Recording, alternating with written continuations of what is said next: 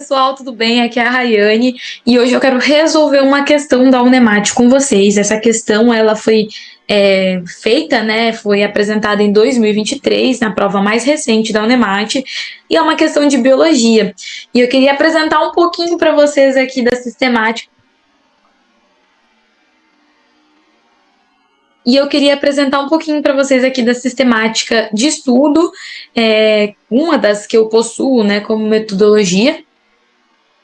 E eu espero que vocês gostem e consigam compreender um pouquinho do conteúdo. É um conteúdo muito cobrado, não só na prova da Unemate, mas em outros vestibulares, no Enem. A diferença, né, das estruturas entre vírus, bactérias, eucariontes, procariontes,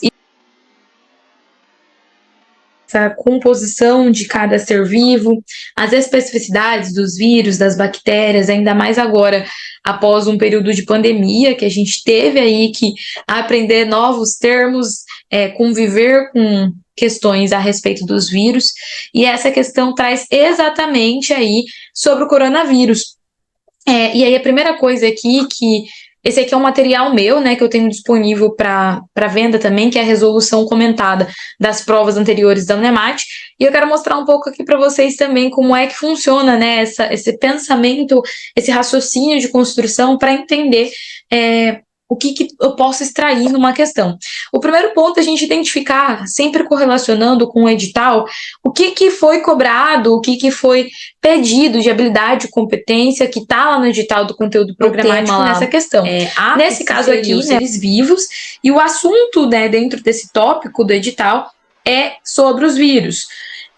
Então, está falando lá, o coronavírus, os coronavírus, né, são uma grande família viral que causam infecções respiratórias em seres humanos e animais, que teve destaque em 2003 com a síndrome respiratória aguda grave, conhecida pela sigla em inglês SARS, ocasionada pelo coronavírus SARS-CoV, cuja transmissão se dá por meio da ingestão ou aspiração de gotículas de saliva ou secreção nasal direta ou indireta de uma pessoa contaminada. Por que eu vou parando e grifando enquanto eu tô lendo? Porque a Unemate, além de você, quando for estudar as questões anteriores, você avaliar o que vem nas alternativas, né? Qual que é o ápice, o centro da questão, você também tem que ir anotando o que eu chamo de satélites para os meus alunos. Os satélites são os assuntos extras que vão sendo trazidos, abordagens de um mesmo conteúdo, que ele pode vir no outro ano pedindo isso como o foco da questão. Então, aqui ele está trazendo a estrutura do vírus, mas, por exemplo, na próxima prova, ele poderia dizer como é que se dá uma transmissão viral, quais são os tipos de transmissão que a gente tem de patógenos. É uma infecção sexualmente transmissível, é uma via transplacentária que transmite da mãe para o filho, como são as TORCs, né, a sífilis, toxoplasmose, rubéola, ou então através aí das gotículas, da aspiração de saliva, que é muito comum aí a transmissão de infecções por conta de gotículas de saliva ou secreção, né? Então, é importante você sempre ter uma análise bem crítica da questão. Isso ajuda muito na estrutura do seu estudo. Então, sempre pensar além da caixinha, muito além de só o que está trazendo aí o ponto central da questão. Porque a Unemate, ela sempre vai circundar entre temas que ela gosta. Então, esses temas, eles acabam sendo trazidos, só que com diferentes abordagens. E aí, aqui no caso, né, então, teve aí uma contextualização histórica, né, do vírus, do coronavírus, e depois ele vem aí com a questão, em relação ao vírus, assinale a alternativa correta. Aqui eu já trouxe a resolução para ir comentando com vocês um pouco de cada. A correta aqui é a letra B, tá? A resposta que diz que o vírus é uma estrutura acelular, é um parasita intracelular obrigatório, que possui apenas um tipo de ácido nucleico e que utiliza a estrutura celular da célula hospedeira para sua reprodução. Caramba, Rai, quanta informação, como é que eu vou fazer? Primeiro, né, você tem que estudar essas alternativas. O que significa eu dizer que o vírus é acelular? E por que ele não é unicelular, que torna as outras alternativas incorretas? Porque ele não vai ter célula, diferente de bactérias, diferente de fungos e outros seres vivos. O vírus, ele inclusive vinha toda uma discussão se ele realmente é um ser vivo ou não, mas hoje em dia, né, a maior parte da conclusão é que ele é um ser vivo acelular. E aí, Rai, o que significa dizer que ele é parasita intracelular obrigatório? Esse é um termo muito utilizado em provas. O vírus, ele é um parasita, ele depende de outras células para sobreviver. Pode ser um ser humano, pode ser um cachorro, um gato, aves. Então, o vírus, ele precisa necessariamente de uma célula para conseguir se reproduzir, né? Uma célula hospedeira para a sua reprodução. E ele tem aí a composição de ácido nucleico, né? A gente vai ver ali que ele vai ter um capsídeo, um envelope e o material genético. Então, essa é a estrutura celular de um vírus. Então, basicamente, quando você vê essa alternativa, o que eu posso fazer? Eu posso estudar destrinchadamente o que cada uma dessas coisas significa. Eu dizer que algo é acelular, unicelular ou pluricelular. Eu entender o que é um parasita intracelular obrigatório. Quais são outros parasitas intracelulares obrigatórios? Que tipo de parasitas eu posso ter, né? E aí a gente já vai entrar em uma outra classificação, né? Que são os nematelmintos, hematelmintos. Que mais? O que é um ácido nucleico? O que compõe um ácido nucleico? O que quer dizer uma célula hospedeira, um hospedeiro, né? E um parasita. Então, aqui você já consegue ir entrando em outros assuntos. O que é uma relação parasita-hospedeiro? A gente já vai entrando lá em ecologia, numa relação desarmônica ou harmônica. Então, estudem sempre além, fora da caixa. Isso vai ajudar muito, assim, em uma mesma questão, você conseguir ter uma gama de conteúdos extras a ser fixado de uma forma, assim, só resolvendo uma única questão. Então, aí, o que invalida ali, né, as outras alternativas? Possui uma estrutura unicamente proteica? Não, não é unicamente proteica. O vírus também vai ter uma composição fosfolipídica. Possui uma estrutura unicelular nucleada? Tudo que colocar que o vírus tem unicelularidade, tem célula, é incorreto, né? Porque o vírus, ele é considerado acelular. E ele tem, sim, estruturas intracelulares membranosas. Aqui fala que é a ausência, né? E aqui vocês vão conhecer um pouquinho da estrutura do vírus. O vírus, primeiro, ele tem um material genético. Isso significa que você pode encontrar tanto DNA quanto RNA, quanto os dois. E isso vai classificar os vírus lá em vírus de DNA, vírus de RNA ou vírus combinados, né? Que vão ter tanto DNA quanto RNA. Isso vai classificar os nossos vírus em vários nomes diferentes. Além disso, o vírus, ele também vai ter um capsídeo. O capsídeo, ele é uma cápsula que envolve ali, ela é formada de proteína que vai envolver o material genético, seja o DNA, o RNA.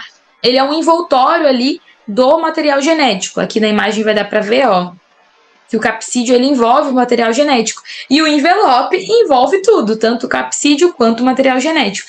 E esse envelope, essa membrana, ela tem tanto composição proteica quanto fosfolipídios, além de também ter proteínas, glicoproteínas, né, que vão compor esse envoltório. Então, não é só de proteína que o vírus tem composição, ele também tem outras coisas, como glicoproteínas, fosfolipídios. Que mais? Os vírus têm 11 características que eu trouxe aqui como revisão principais. Primeiro, os vírus não possuem células. Segundo, eles são microscópicos, muito pequenos, assim, que você só vai conseguir ver mesmo no microscópio. Terceiro, o vírus, ele possui uma estrutura simples: material genético, capsídeo e envelope. Quarto, são parasitas intracelulares, dependem de outras células para poder reproduzir, né, e existir, para poder ter funcionalidade. Vírus parasitam determinados tipos de célula, principalmente aí células para ele poder funcionar. Sétimo, vírus provocam doenças chamadas de viroses. As viroses, a gente tem vários tipos de virose: resfriado, gripe, influenza, né, e o SARS-CoV também, vários outros tipos de rinovírus que vão ser aí as viroses. 6 ali que eu pulei, os vírus se reproduzem em células vivas, eles dependem de uma célula viva para poder funcionar, né? Celular mesmo, com celularidade, unicelular ou pluricelular. 8, os vírus possuem os vírus podem sofrer mudanças e evoluir.